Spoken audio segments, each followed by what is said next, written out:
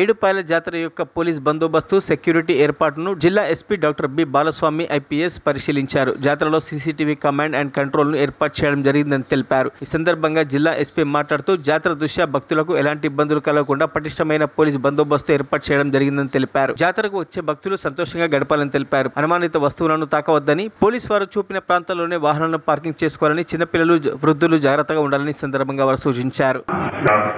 మరియు ఈ ఏడుపాయల బందోబస్తుకు వచ్చినటువంటి good evening all of you.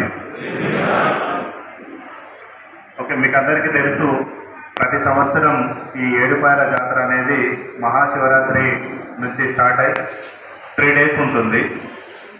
So దీనికి ఈ సంవత్సరము మరిన్ని అప్డేట్స్ కోసం మా ఛానల్ని సబ్స్క్రైబ్ చేయండి.